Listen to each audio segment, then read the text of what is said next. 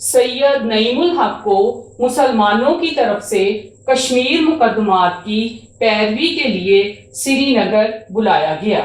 اب نمبر 4، اجر جزیل کے معنی ہیں بہت بڑا صلہ یا کثیر نیک بدلہ۔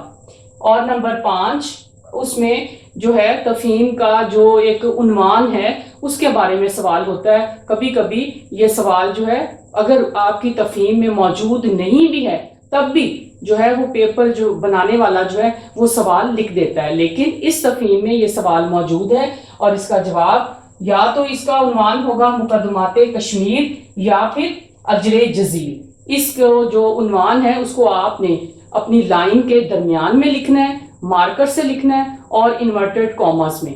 ہر جو سوال ہے اس کے 2 نمبر ہیں اور یوں جو ہے ٹوٹل اس کا 10 مارکس کا بنتا ہے، اور ان مارکس کو گین کرنا جو ہے وہ طالب علم کے لیے کوئی بھی ایک مشکل کام نہیں ہے۔ صرف آپ نے کرنا کیا ہے کہ پیراگراف جو ہے جو عبارت ہے جو کہ آپ کی گرامر میں موجود ہے، سوالات بھی گرامر میں موجود ہیں، اس عبارت کو آپ نے بار بار پڑھنا ہے۔ بار بار پڑھنے سے کیا ہوگا کہ سوالات کے جو جوابات اس عبارت کے اندر چھپے ہوئے ہیں وہ آپ پر واضح ہو جائیں گے۔ میرا خیال ہے آپ کو تفہیم نمبر 1 اور تفہیم نمبر جو 2 ہے اس کی اچھے طریقے سے سمجھ آ گئی ہوگی۔ جی اسٹوڈنٹس، اب ہم اپنا مضمون جو ہے آپ کا نصابی مضمون جو ہے قائد اعظم اس کی جانب چلتے ہیں۔ آپ کی جو نحو اور دہم کی قواعد و انشاء ہے اس میں سے یہ مضمون جو ہے وہ لیا گیا ہے، اور یہ مضمون جو ہے آپ کا 15 نمبر کا جو ہے وہ پیپر میں آئے گا۔ 3 آئیں گے، اس میں سے آپ کو 1 کرنا ہوگا، اور کم و بیش جو ہے وہ آپ کے 3 صفحات پر یہ مشتمل ہونا چاہیے۔ اس کا آپ دیکھتے ہیں بورڈ کی جانب کہ اس کا آغاز کیسے کرنا ہے۔ آغاز ہم کریں گے جیسے کہ ایک عظیم اور بہت ہی منفرد شخصیت، اور جو ہے وہ ایک علامت ہے مسلسل کوشش کی، ایک محنت کی، عظمت کی، تو کون؟ قائد اعظم۔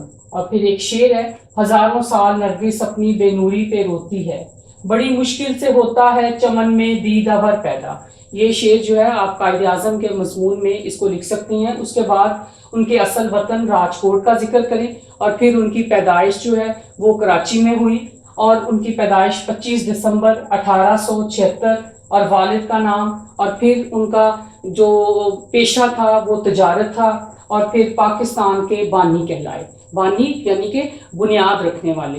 اور اس کے علاوہ پھر ان کی ابتدائی تعلیم جو ہے، اور پھر بیرسٹری کا امتحان جو ہے 1896 میں انہوں نے جو ہے وہ پاس کیا۔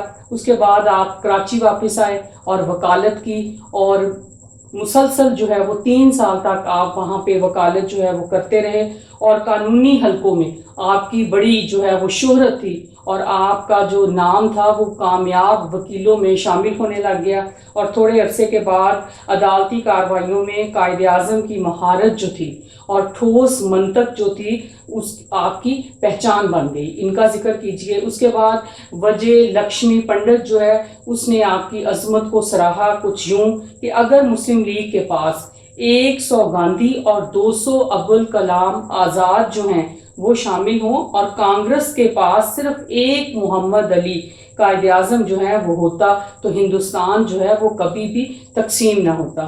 اس کے بعد آپ ایک اور ہے مہاتما گاندھی کا جو قائد اعظم کے بارے میں، کہ قائد اعظم اعلیٰ اوصاف کے مالک تھے، وہ عزم و استقلال کے کوہ گراں تھے۔ اس کو آپ انورٹڈ کاماز میں لکھیے۔ اور پھر 1930 اور 1934 جو ہے اس میں قائد اعظم نے وکالت کی اور دنیا کے بہت سے وکیلوں سے اپنی قابلیت کا لوہا منوایا۔ اس کا ذکر کریں۔ اور 1945 میں ایک کانگریس مسلمان نے آپ کا مقابلہ کیا، اور وہ بھی اپنی ضمانت جو ہے وہ ضبط کروا بیٹھا۔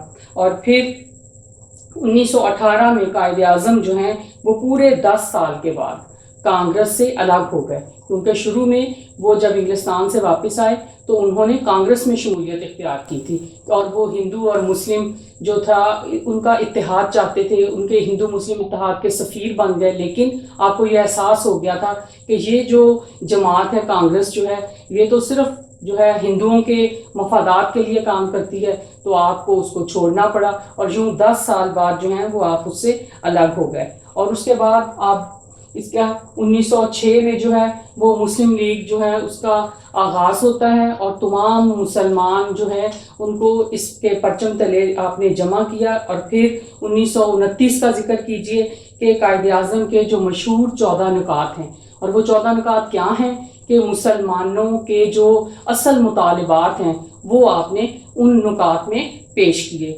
اس کے بعد 1936 میں مسلم لیگ کی مکمل باغ ڈور جو ہے وہ آپ نے سنبھال لی، اور 1940 میں مسلم لیگ نے قرارداد لاہور، جسے قرارداد پاکستان کہتے ہیں، وہ منظور کی. اس کا ذکر کریں.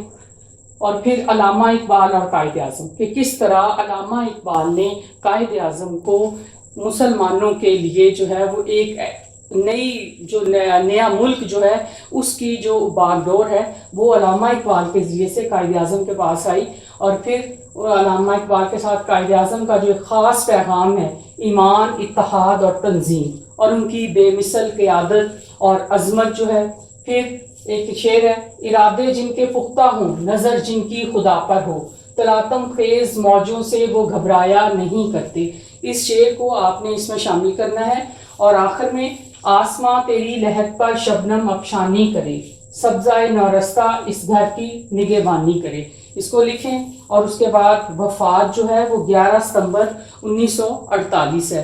یوں آپ کا ایک مضمون جو ہے اس میں تقریباً 2 سے 3 اشعار جو ہیں وہ آپ کے ایک مضمون میں ہونے چاہیے، اور اس میں 2 جو ہیں وہ آپ کے جو کسی اقوال زرعی کہہ لیجئے یا ان کی کوئی خاص بات جو ہے اس کے حوالے سے وہ اس میں آپ شامل کر سکتے ہیں. اسٹوڈنٹس، اب ہم اپنے دوسرے مضمون کی جانب چلتے ہیں جس کا نام ہے والدین کی خدمت یا والدین کے حقوق. تو یہ بھی بہت ہی اہم جو ہے وہ آپ کا مضمون ہے، اور اس کا آغاز جو ہے وہ ہم کچھ یوں کر لیں گے کہ حقوق جو ہیں وہ 2 طرح کے ہوتے ہیں، ایک اللہ کے حقوق اور ایک بندوں کے حقوق. اللہ کے حقوق جو ہیں وہ تو اللہ معاف کر سکتا ہے، لیکن بندے کے حقوق جو ہے وہ اس وقت تک معاف نہیں ہو سکتے جب تک وہ بندہ خود معاف نہ کر دے. اور بندوں کے حقوق میں سب سے جو نمایاں اور اہم حقوق ہیں وہ ہیں والدین کے حقوق. تو ہم دیکھتے ہیں ادھر اس میں کیا ہے. والدین کی خدمت جو ہے اس کے حوالے سے کچھ اشعار جو ہیں وہ میں نے بورڈ پہ لکھے ہیں، آپ اس کو اپنے مضمون کا حصہ بنائیے. صحرا کے جلستے ہوئے اشجار سے بڑھ کر خود جل کے بھی اولاد کو رکھتی ہے اما میں. اما کا مطلب ہوتا ہے پناہ میں، اپنی حفاظت میں. بچوں کے ناز اٹھاتے نہیں تھکتی، ناراض بھی ہو جائے تو امرت ہو زباں میں. جو خدمت نہ کی تو نے ماں باپ کی تو پھر زندگی ہے تیری پاپ کی. پاپ کا مطلب ہے گناہ، کہ اگر تم نے والدین کو اپنی زندگی میں حیات پایا اور بڑھاپے میں پایا اور تم نے ان کی خدمت نہیں کی، ان کی بات نہیں مانی اور حکم عدولی کی، تو گویا تم نے کیا کیا؟ پاپ. پاپ کا مطلب یعنی گناہ کے مرتکب ہوئے تم. سب سے بڑی سعادت ماں باپ کی ہے خدمت، سب سے بڑی عبادت ماں باپ کی ہے خدمت. اس کا مطلب بھی یہی ہے کہ سعادت کا مطلب ہے نیکی، کہ انسان کی زندگی میں سب سے بڑی نیکی کیا ہے، اس کی کمائی کیا ہے سب سے بڑی؟ اپنے والدین کی خدمت کرنا، والدین کا کہنا ماننا، ان کی بات کو ماننا. اور کہتا ہے سب سے بڑی عبادت، کہ سب سے بڑی عبادت ہے یہ. اگر تم نے اپنے اللہ کو راضی کرنا ہے، اپنے پیغمبر کو راضی کرنا ہے، تو والدین کو راضی کرنا جو ہے وہ بہت زیادہ ضروری ہے. اس کے بعد دیکھیں اور کچھ اس میں احادیث بھی آپ اس میں لکھ سکتے ہیں. اور والدین کے ساتھ حسن سلوک کرو، اس کو آپ سینٹر میں لکھیں اور پھر انورٹڈ کاماز دیں. اور ہم نے انسان کو اپنے والدین سے نیک سلوک کرنے کی ہدایت کی ہے، اور میرا بھی شکر کرتا رہ، اور اپنے ماں باپ کا بھی. پھر کچھ جو ہیں وہ احادیث ہیں. وہ شخص ذلیل ہو جائے پھر ذلیل ہو جائے جس نے والدین کو دونوں کو یا ایک کو بڑھاپے میں پایا. باپ کی ناراضی خدا کی ناراضی ہے، اور باپ کی خوشنودی خدا کی خوشنودی ہے. ماں کا حق جو ہے اس کے بارے میں کہ ماں کا حق جو ہے، ایک جو ہے صحابی جو ہے وہ پیغمبر کے پاس آئے اور کہا کہ سب سے زیادہ حق جو ہے وہ میرے پاس کس کا ہے؟ تو اس صحابی نے 3 دفعہ جو ہے وہ حضرت محمد صلی اللہ علیہ وسلم سے استفسار کیا. تو آپ نے کہا تم پر سب سے زیادہ جو حق ہے وہ تمہاری ماں کا ہے. اور جب چوتھی بار کہا گیا تو پھر کہا تمہارے باپ کا. اس کے بعد جہاد اور والدین کی خدمت، کہ ایک طرف جو ہے وہ جہاد ہے اور دوسری طرف والدین کی خدمت. ایک انسان جو ہے، شخص جو ہے وہ پیغمبر کے پاس آیا اور حضرت محمد صلی اللہ علیہ وسلم سے ارشاد کیا کہ میں جہاد پہ جانا چاہتا ہوں، لیکن آپ نے کہا کہ کیا تمہارے والدین جو ہیں وہ حیات ہیں؟ تو اس نے کہا، اس شخص نے جواب دیا کہ ہاں. تو آپ نے کہا کہ جہاد تمہارے لیے یہی ہے کہ تم اپنی ماں اور اپنے والدین کی، اپنے باپ کی خدمت کرو. گویا یہ کتنا ضروری ہے کہ ماں باپ کی خدمت جو ہے وہ انسان کی سب سے پہلی ترجیح ہونی چاہیے. پھر آپ اس میں لکھیں کہ خود علامہ اقبال نے بانگ درا میں اپنی والدہ کی عقیدت کے لیے کچھ اشعار ہیں لکھے، جیسے آسماں تیری لحد پر شبنم افشانی کرے، سبزہ نورستہ اس گھر کی نگہبانی کرے. اس کے علاوہ اس میں ہے کہ ماں باپ کو خوش رکھنا اللہ اور رسول صلی اللہ علیہ وسلم کو خوش رکھنا ہے. قرآن مجید میں ارشاد ہے، جب تمہارے ماں باپ یا ان میں سے کوئی ایک بوڑھا ہو جائے تو انہیں اف تک نہ کہو، کیونکہ ان کے ساتھ نہایت نرمی سے پیش آؤ. کیسے؟ یعنی اپنا لہجہ جو ہے وہ آپ کو ذرا میٹھا رکھنا چاہیے، دھیما رکھنا چاہیے، اور ان کے آگے جو ہے وہ زبان درازی جو ہے یا غصے سے بولنا جو ہے وہ ایسا نہیں کرنا چاہیے. اسی طرح حضرت بایزید جو ہے ایک بزرگ گزرے ہیں، اور وہ ساری رات جو ہے ایک پانی کا گلاس لے کر جو ہے وہ اپنی والدہ کے سرہانے کھڑے رہے، حالانکہ ان کی والدہ نے خواب میں ان سے پانی کا گلاس مانگا تھا. جب وہ صبح بیدار ہوئی تو آپ نے کہا کہ میں ساری رات آپ کے پاس جو ہوں چارپائی کے پاس ایک پانی کا گلاس لے کر کھڑا رہا. تو آپ کی والدہ نے آپ کو بہت زیادہ دعائیں دی، اور اس دعاؤں کے نتیجہ سے کیا ہوا کہ سلطان العارفین کے لقب سے آپ دنیا میں مشہور ہو گئے. اس کے بعد وہ شخص بڑا ہی مبارک ہے جو اپنے والدین کا حکم مانتا ہے، اور اللہ اور اس کے رسول نے ایسے آدمی کے لیے جنت کی بشارت دی ہے. یعنی جو اپنے والدین کی بات مانتا ہے، حکم عدولی نہیں کرتا، تو اللہ اس سے راضی، اور رحمت دو عالم صلی اللہ علیہ وسلم بھی ان سے راضی ہیں، اور ان کو خوشخبری بشارت دی گئی ہے کہ اس کا مقام جو ہے وہ جنت میں ہوگا. اور جو اپنے ماں باپ کی حکم عدولی کرتا ہے، بات نہیں مانتا ان کی، یا ان کا کہنا نہیں مانتا، زبان درازی کرتا ہے، تو اس کے لیے کیا ہے؟ اس کا مقام جو ہے وہ دوزخ ہے. میرا خیال ہے آپ کو یہ مضمون جو ہے وہ سمجھ آ گیا ہوگا.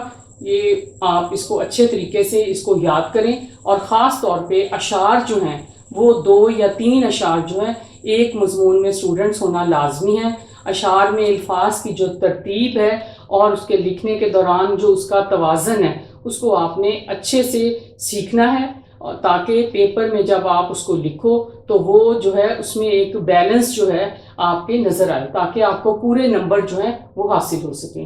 میرا خیال ہے کہ اچھے طریقے سے آپ نے اس کو بات کو سمجھ لیا اور سیکھ لیا ہوگا. خدا حافظ. اپنا بہت خیال.